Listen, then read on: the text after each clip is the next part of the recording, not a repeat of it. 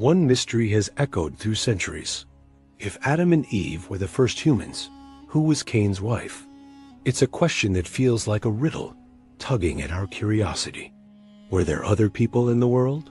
Or is there a deeper truth we've overlooked?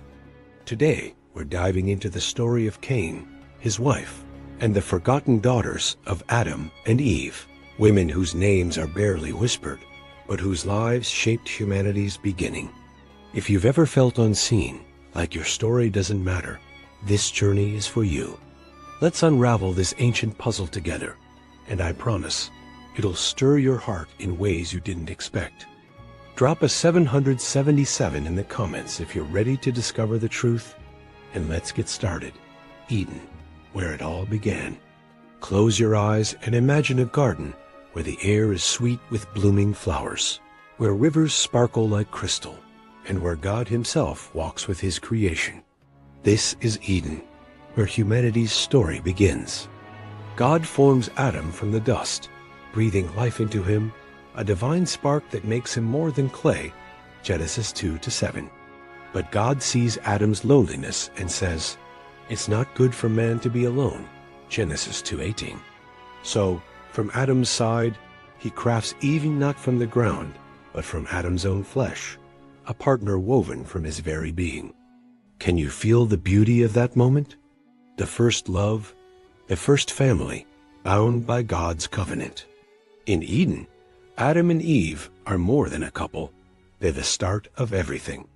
God tells them, "Be fruitful and multiply."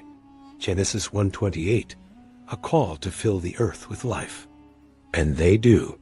Their sons, Cain and Abel, step onto the stage of history. But there's more to this family than the Bible names outright. Genesis 5-4 tells us Adam lived 800 years after Seth's birth and had other sons and daughters. Daughters unnamed, yet vital to the story. I wonder about them. Did they laugh under Eden's trees? Did they carry their mother's strength? Their silence in Scripture feels like a mystery, but their presence holds the key to our question.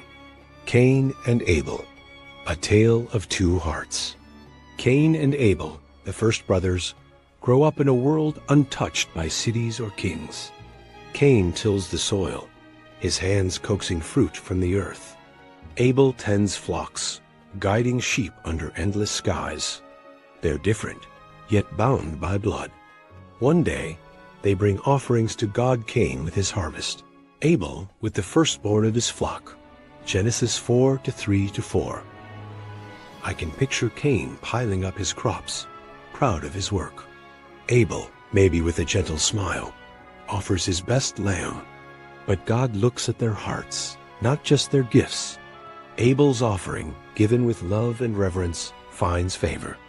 Cain's, perhaps offered with pride or routine, doesn't. Genesis 4:4-5.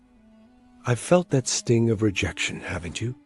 When you pour your heart into something, only to feel unseen. Cain's face falls, his heart twisting with jealousy. God sees it and warns him. If you do what is right, will you not be accepted? But if you do not, sin is crouching at your door. Genesis 4-7. It's a plea, a chance to turn back. But Cain doesn't listen. Instead, he calls Abel to the fields, and in a moment of rage, he strikes. The earth, once Cain's ally, drinks his brother's blood, the first murder, a wound that scars humanity forever. Genesis 4-8. Can you feel the weight of that moment? A brother lost, a family broken. Cain's exile, a wanderer's fear. God confronts Cain. Where is your brother Abel? Genesis 4-9. His voice isn't just a question, it's an invitation to confess. But Cain, hardened by pride, snaps, "I don't know. Am I my brother's keeper?" Those words chill me. They're not just defiance. They're a refusal to care. God's justice is swift, but laced with mercy. The ground, stained by Abel's blood, will no longer yield to Cain.